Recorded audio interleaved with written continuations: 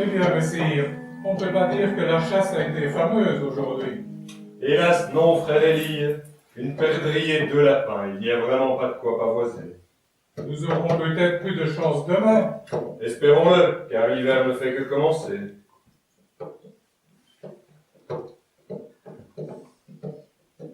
Tiens, c'est curieux, messire Maure. On n'entend plus le chien. Ma foi, vous avez raison, frère Élie. C'est bizarre quand même. Attendez-moi ici, messire Maure. Je vais aller voir ce qui se passe.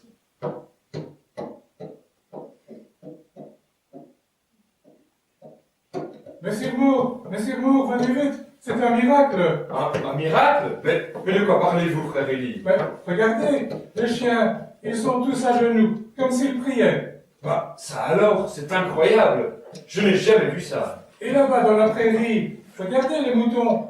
Eux aussi, ils sont à genoux. Mais qu'est-ce que ça veut dire, frère Élie? Est-ce que vous y comprenez quelque chose? Ben non, messire. Et je ne vois rien, à part le vieux farnière. Mais, ma parole, c'est devant lui que tous les animaux se mettent à genoux. Dites-moi, l'ami, venez un peu par ici et expliquez-moi un petit peu ce qui se passe. Oh, pour ça, vous pouvez bien parler d'un mystère, mon père. Figurez-vous que tout à l'heure, je m'étais assis au pied d'un hêtre pour me reposer. Et pendant que je dormais, j'ai entendu une voix qui semblait venir du sol. Alors j'ai pris mon bâton et je me suis mis à creuser. C'est ainsi que j'ai trouvé cette statue. Je me suis dit que le mieux serait de la porter au curé de Grand-Halleux. Mais ce qui est bizarre, voyez-vous, c'est de voir tous les animaux qui se mettent à genoux devant la statue. Mais, mon brave, pourquoi porter cette statue à Grand-Halleux, puisque vous l'avez trouvée sur mes terres? C'est à moi qu'elle revient. Je suis même prêt à vous en offrir un petit dédommagement. Oh, ce n'est pas nécessaire, messire. Si vous y tenez, je vous la laisse. Nous la passerons dans la chapelle du château. Elle y sera aussi bien qu'à Grand-Halleux, n'est-ce pas, frère Élie? Bien sûr, messire Maure. Allez, venez, mon brave, venez avec nous. Vous nous ferez bien le plaisir de partager notre repas, et vous pourrez ainsi nous raconter cette histoire dans les moindres détails. Ah, ça, ce n'est pas de refus, messire. Un bon repas me fera le plus grand bien. Eh bien, allons-y.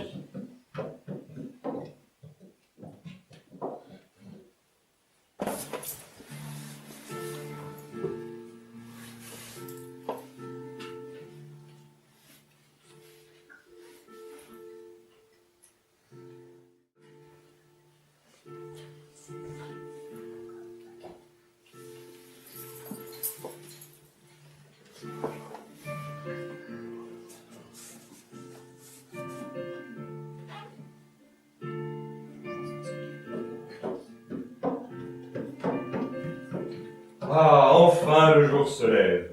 Comme j'ai hâte d'aller à la chapelle pour y voir la statue de Notre-Dame. Messire Maure, venez vite. La statue, elle a disparu. Qu'est-ce que vous dites? Mais ce n'est pas possible, frère Élie. Nous l'avons déposée hier soir sur l'autel. Mais je sais bien, messire Maure, mais je viens de la chapelle, et la statue n'y est plus. Mais voyons, frère Élie, c'est impossible. Personne n'aurait osé la déplacer sans ma permission. C'est bien ce que je me suis dit aussi, messire Maure. Mais pourtant, la statue n'est plus là. Mais c'est incroyable. Il y aura un voleur au château. Garde! Garde! Dites-moi, avez-vous vu quelqu'un sortir du château depuis hier soir? Oh, personne, monseigneur, à part le vieux farnière. Farnière? Non, c'est impossible. D'ailleurs, pourquoi aurait-il volé la statue? Il n'a même pas voulu que je la lui rachète. Fermez toutes les issues et faites fouiller le château. Il faut retrouver cette statue. À vos ordres, monseigneur. C'est incompréhensible, messire. Qui aurait bien pu faire cela? Et qui pouvait bien être au courant de la présence de la statue au château? Ah, je n'en sais pas plus que vous, frère Élie. Mais nous serons vite fixés. Et je peux vous assurer que le coupable sera sévèrement puni. Monseigneur, nous avons fouillé tout le château, mais nous n'avons rien trouvé. Mais enfin, c'est impossible. Elle doit bien être quelque part.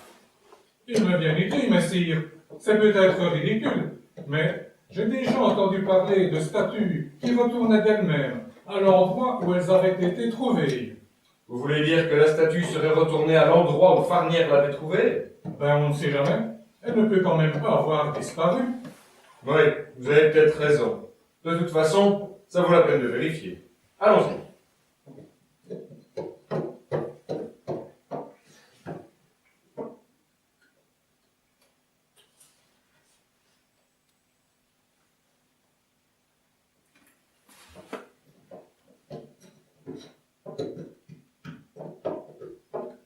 Ça alors, messire, si je ne l'avais pas vu de mes propres yeux, je n'aurais jamais pu le croire. Ah, il faut pourtant bien se rendre à l'évidence.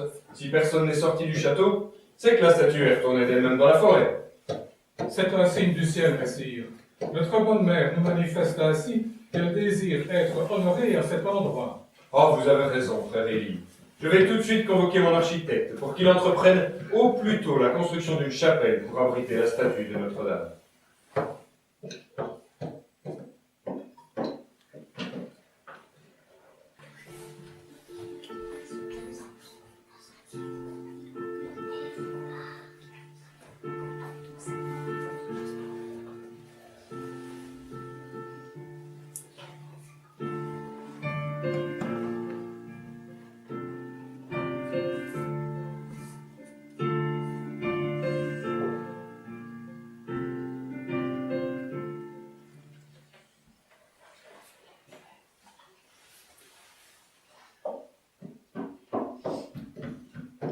Non, frère Élie, ça ne peut pas continuer comme ça. Il faut que je trouve de l'argent. Soyez patient, messire. L'année prochaine, cela ira sûrement mieux. Non, j'ai l'impression que depuis que j'ai fait construire cette chapelle, mes affaires n'ont cessé d'aller de plus en plus mal. Je pensais que la présence de la statue sur mes terres y ramènerait la prospérité, mais c'est tout le contraire qui se produit. Ne désespérez pas, messire. Il faut prier Notre-Dame pour qu'elle nous vienne en aide. Oh, ne m'en parlez pas, hein. Après tout ce que j'ai fait pour elle, cette chapelle que j'ai fait construire, alors que déjà mes affaires allaient mal, tous les chapelles que nous avons récités, oh, j'ai l'impression que tout cela n'a servi à rien, que j'y ai perdu mon temps et mon argent. Mais, messire, notre bonne mère n'est pas une ingrate, vous le savez bien. Elle a ses raisons de vous faire patienter. Un bienfait n'est jamais perdu, mais la récompense peut parfois se faire attendre. Oui, mais ma patience est à bout. J'étouffe ici, et ce château respire l'ennui. Oh, il faut que je trouve de l'argent. Ah, si je pouvais vous aider, messire, je le ferais de bon cœur, mais je suis sans un sou, moi aussi. Tout ce que je peux faire, c'est prier pour vous. Je suis sûr que Notre-Dame ne nous abandonnera pas. Monseigneur, un voyageur vient d'arriver qui demande à vous voir. Un voyageur? Oh, sûrement quelqu'un qui s'est égaré. Qui d'autre aura envie de venir se perdre ici? Eh bien, qu'est-ce que vous attendez? Faites-le venir.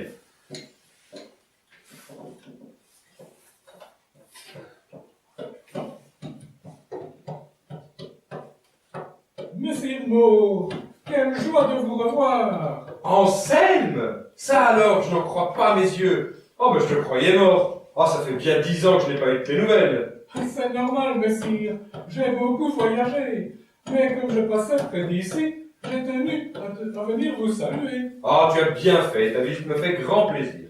On ne voit plus grand monde au château maintenant. Eh oui, j'ai entendu dire que vos affaires allaient assez mal. Ouais, tu peux même dire que je suis ruiné. Mais il faut réagir, messire. Ce n'est pas dans vos habitudes de laisser tomber les bras. Souvent d'ailleurs ces dernières années, lorsque j'étais loin du pays, je me suis rappelé tous les bons coups que nous avions faits ensemble. Oui, c'était le bon temps, mais j'ai beaucoup changé. C'est ce qu'on m'a dit. Mais dites-moi, cette statue, qu'est-ce que c'est que cette histoire? Oh, il s'agit d'une statue qu'avait trouvé le vieux Farmière et que j'avais ramenée au château. On n'a jamais su exactement ce qui s'était passé, mais nous avions cru que la statue était retournée d'elle-même à la forêt.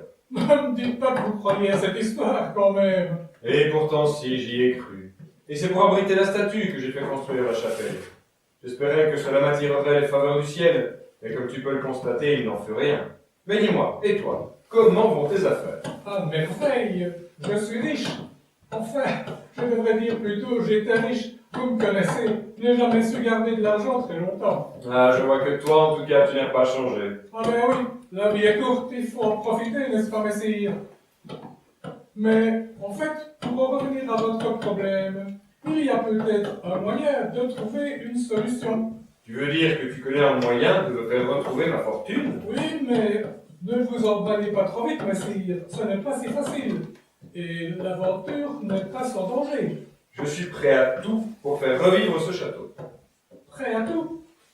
Alors, il devrait y avoir un moyen de trouver un arrangement. Si vous êtes désolé, je peux vous conduire auprès d'une personne qui m'a déjà rendu quelques services. Mais je m'autant vous prévenir, la route est longue. Eh bien, le temps de rassembler quelques bagages et je suis prêt. Frère Élie, je vais m'absenter pendant quelque temps. Aussi, je voudrais vous confier les affaires du château. Ah bon? Eh bien, je ferai de mon mieux pour défendre vos affaires, la fessille. Voilà, Anselme, je vais préparer les affaires et nous pourrons partir. Frère Élie, au revoir.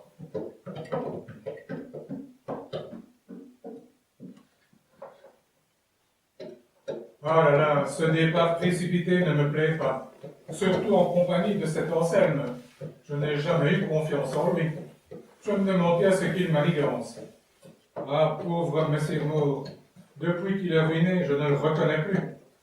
Hélas, tout ce que je peux faire à présent, c'est d'implorer la protection de Notre-Dame et de notre Seigneur.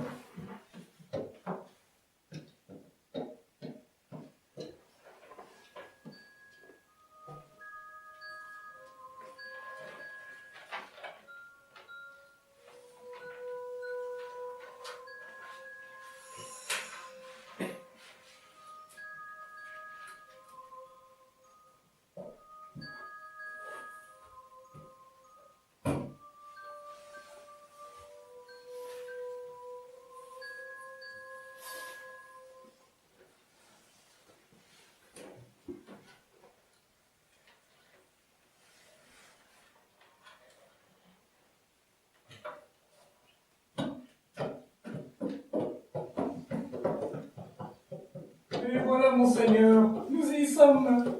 Eh bien, il n'y a pas de mal. Où se cache-t-elle?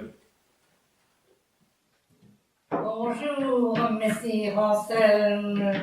Je vois que vous m'avez amené de la compagnie. Oui, ma chère, c'est un de mes bons amis qui a besoin de vos petits talents. Je m'en doutais. Et que désire ce beau jeune homme? La gloire ou la fortune? Peut-on vivre sans argent? Ah, la fortune. Et en échange, que pouvez-vous offrir, monseigneur? C'est bien là le problème. Je suis ruiné. Ah, mais vous possédez quand même toujours quelque chose de très précieux. Je ne vois pas de quoi vous voulez parler. Mais de votre âme, messire. Bon, pour ce qu'elle vaut encore. Ah, mais je connais quelqu'un qui saura s'en satisfaire. Mais ce que vous me demandez dépasse mes petits pouvoirs. Seul mon maître peut vous accorder ce que vous voulez. Je suis prêt à tout. Mais je vous préviens, vous ne pourrez en user que pendant 20 ans. Passé cette période, il viendra vous chercher, où que vous soyez, avec femme et enfants. Oh, de toute façon, je n'ai nulle intention de me marier. Eh bien, dans ce cas, vous n'avez plus qu'à signer. Lorsque la lune sera pleine, au 12e coup de minuit, dans le chêne creux de Rochebourg, 1000 écus d'or vous trouverez. Mais sachez-le, faites entrer, jour pour jour, heure pour heure, auprès du même chêne, mon maître viendra vous chercher.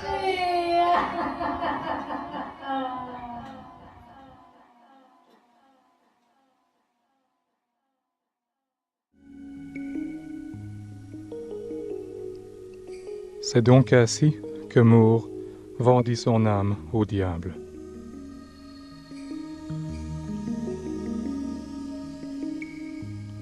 Le jour convenu, il reçut effectivement l'or qu'il avait tant souhaité. Ses amis, heureux de pouvoir à nouveau bénéficier de ses largesses, revinrent au château, et la vie reprit presque normalement. Personne, en effet, n'était au courant de ce qui s'était passé.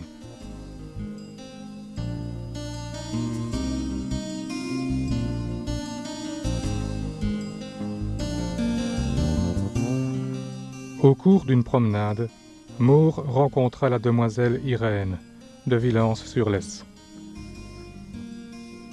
Maure fut immédiatement conquis par les qualités d'Irène, et dans son insouciance, il lui proposa le mariage. Irène accepta, et de leur union naquit un fils, qui fit toute leur joie et leur fierté.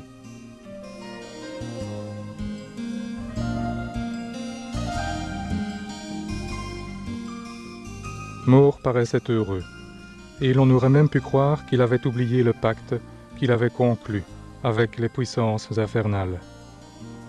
Seules, les nuits de pleine lune le retrouvaient particulièrement agité, ce qui ne manquait pas de troubler Irène, mais elle n'osa jamais l'interroger sur ce sujet.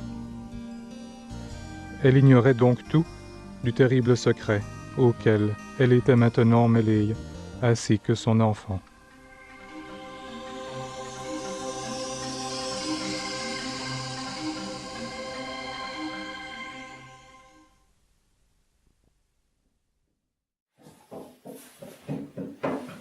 Ah, que ces années ont passé vite. Voilà 15 ans déjà que frère Élie nous a quittés, et 12 ans que j'ai épousé Irène. Ah, si j'avais pu la rencontrer avant cette journée fatidique où j'ai vendu mon âme au diable. Ah, Irène, chère Irène, pourquoi avez-vous accepté d'associer votre destin au mien? Je n'ai jamais eu le courage de vous annoncer ce qui devait nous arriver, encore moins depuis la naissance de notre enfant. Mais le moment de payer est venu à présent. Pour moi, je suis résigné. J'ai commis une faute, il est juste que j'en paie le prix. Mais enchaîné dans ma chute, mon épouse et mon enfant, ah, je ne peux m'y résoudre. Hélas, comment y échapper? J'ai signé de mon sang. Ah, si j'avais écouté frère Élie. Ah, mais il est trop tard, maintenant. Eh bien, allons-y. C'est l'heure.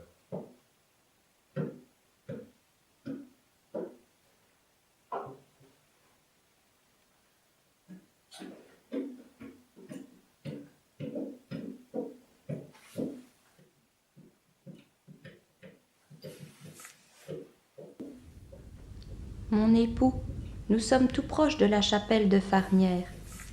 M'autorisez-vous à aller m'y recueillir? Bien sûr, priez bien pour nous tous.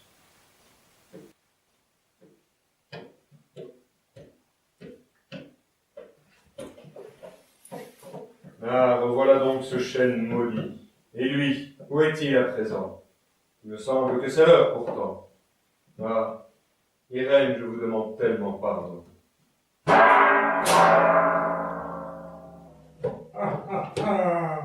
Je vois que vous avez tenu votre promesse, messire. Eh bien, si vous voulez bien me suivre, il est temps à présent.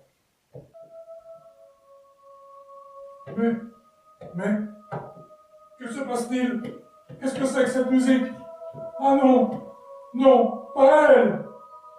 Ariel, Satan, celui-ci n'est pas pour toi.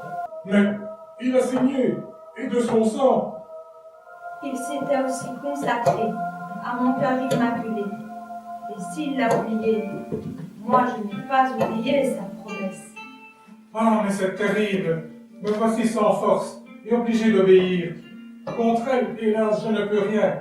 Mais je me vengerai. Dussé-je m'y employer jusqu'à la fin du monde. Quant à vous, messire, vous avez gravement offensé notre Seigneur en pactisant avec le prince des ténèbres. Mais en souvenir de ce que vous avez fait pour moi, j'ai pu obtenir de mon fils la permission de placer Irène sur votre chemin afin de vous ramener aux saintes joies de la famille et finalement de pouvoir vous délivrer des griffes du malin. Remerciez notre Seigneur, revenez à vos pieuses pratiques, afin de mériter plus tard la joie du ciel pour vous et pour ceux que le Seigneur vous a confiés. Sauvés? Nous sommes sauvés. Ô ma mère, Notre-Dame de Farnières, merci à vous. À partir d'aujourd'hui, je veux m'en consacrer uniquement à vous servir, afin de vous gagner des âmes. Sainte Mère de Dieu, secours des chrétiens, priez pour nous pauvres pécheurs, maintenant et surtout à l'heure de notre mort. Ainsi soit-il.